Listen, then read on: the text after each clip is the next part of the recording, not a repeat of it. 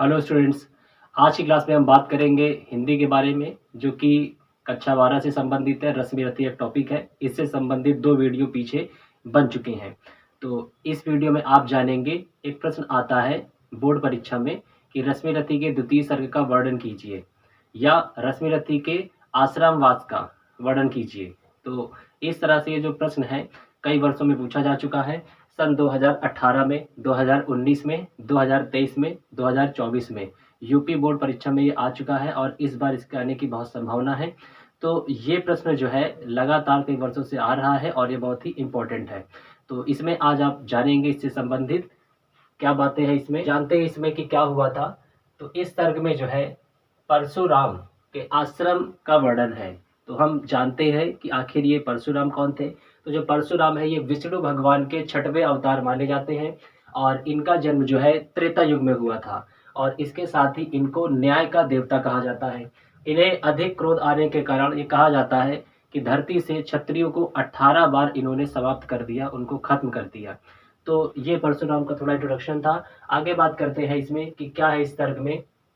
तो पांडव जो थे वो क्या थे, वो विरोध कर रहे थे किस चीज का, कि कर्ण को जो है शिष्य ना बनाया जाए। पांडवों ने क्या किया, द्रोणाचार्य उनके गुरु थे और द्रोणाचार्य से उन्होंने कहा, विरोध किया कि आप जो है कर्ण को अपना शिष्य नहीं बनाएंगे क्योंकि कर्ण जो है सूत पुत्र है, निचले कुल से है। तो कर्ण को जो है द्रोणाचार्य जो है इसलिए अपना शिष्य नहीं बनाते हैं।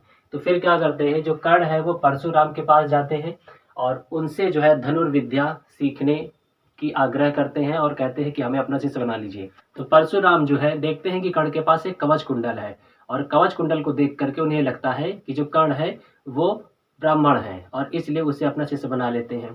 तो आखिर थोड़ा हम कवच कुंडल के बारे में जान लेते हैं क्या होता है। तो ये जो कवच कुंडल है इसमें कर्ण के पिछले जन्म से संबंधित कहानी है।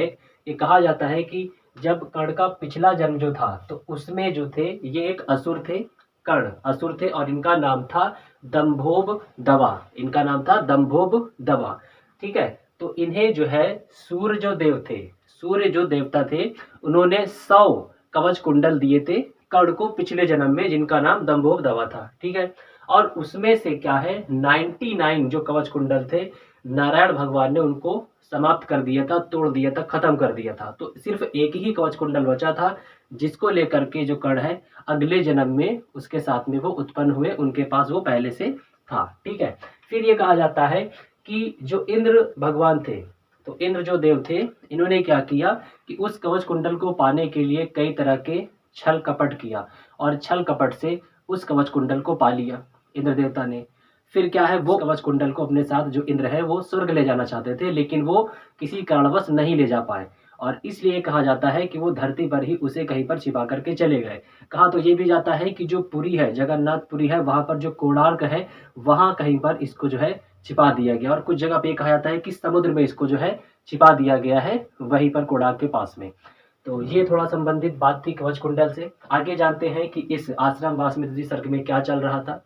तो फिर क्या होता है कि परशुराम जब उसे कर्ण को अपने शिष्य बना लेते हैं, परशुराम जो है एक दिन कर्ण की जांघ पर सिर रख करके सो रहे थे और उस समय क्या होता है कि एक कीट आता है, एक कीड़ा आता है और कर्ण की जांघ पर काटने लगता है।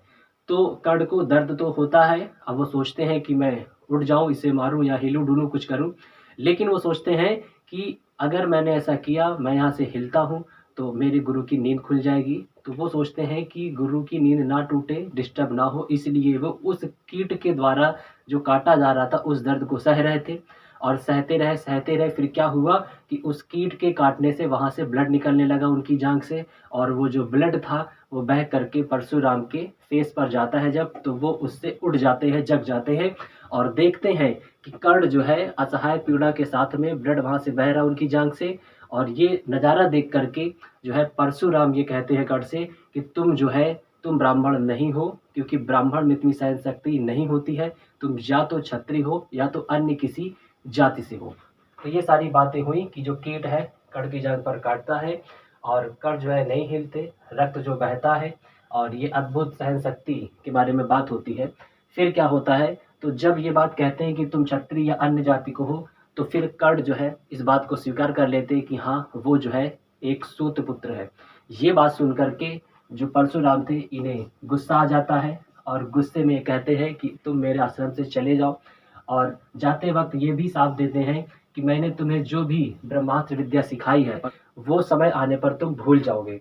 तो फिर क्या होता है कि जो कर्ण होते हैं गुरु की चरणों की धूल को लेकर के आंखों में आंसू भर करके वो आश्रम छोड़ करके चले जाते हैं। तो यही घटना जो है होती है, और ये द्वितीय सर्ग की घटना है। उम्मीद है कि आप इसे समझ गए होंगे। तो मिलते हैं नेक्स्ट वीडियो में।